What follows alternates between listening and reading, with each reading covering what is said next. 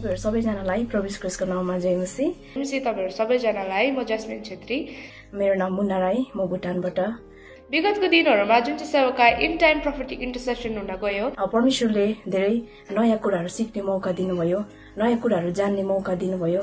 जुन कुराहरु मैले विगत दिनमा मैले चाहना गरेर मैले पाउन सकिन, मैले नसोचेको कुराहरु परमेश्वरले त्यो सेवाकाईमा मैले प्रभुले प्रकट गरेको देख्दै गर्दाखेरि चाहिँ धेरै आशीषित भएको छौं, ब्लेसेड भएको छौं। परमेश्वरले शक्तिशाली कुराहरु प्रभुले प्रकट गर्नुभयो हाम्रो बीचमा है। ती मध्ये प्रभुले मलाई पनि छुनुभयो अनि मैले मेरो जीवनमा धेरैवटा कुराहरु अनुभव गर्न सके अनि धेरै आशिष मैले त्यो सेवाकाईमा जोडिँदै गर्दाखेरि पाए। अनि प्रभुले मलाई के कुरा जान्न दिनुभयो भन्दै गर्दाखेरि चाहिँ अनि यो दिनहरुमा आज मेरो जीवनमा पनि म धेरै परमेश्वरले मेरो जीवनमा गर्नुभएको अपग्रेडेसनहरुलाई म थाहा गर्छु। यो दिनहरुमै म धेरै आशीषित भएको छु।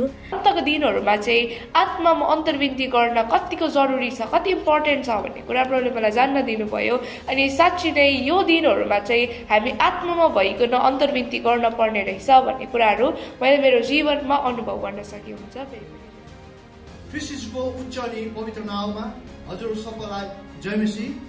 म प्रभुको सहकर्मी एल्डर विकास राई, डाइकिन्डम मिनिस्ट्री म्यालेक यौवेबाट आगामी 14 अनि 15 अप्रिल 2025 मा लङ भ्यू पंखाबारी भेलाकोमा 2 दिने आत्मिकी सम्मेलन हुन गइरहेको छ।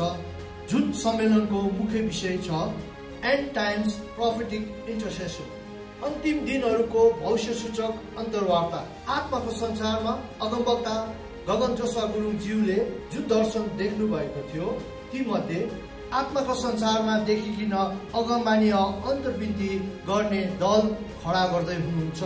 जस्तै विगतका दिनहरूमा यो सेवाकाईले धेरैभन्दा धेरै व्यक्तिहरू खडा भएको हामीले देख्न पायौं।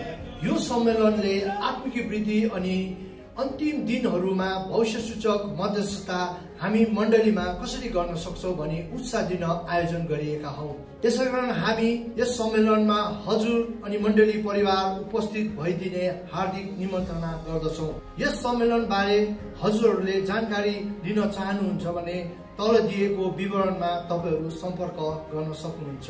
हवस्, सबैलाई जय मसीह।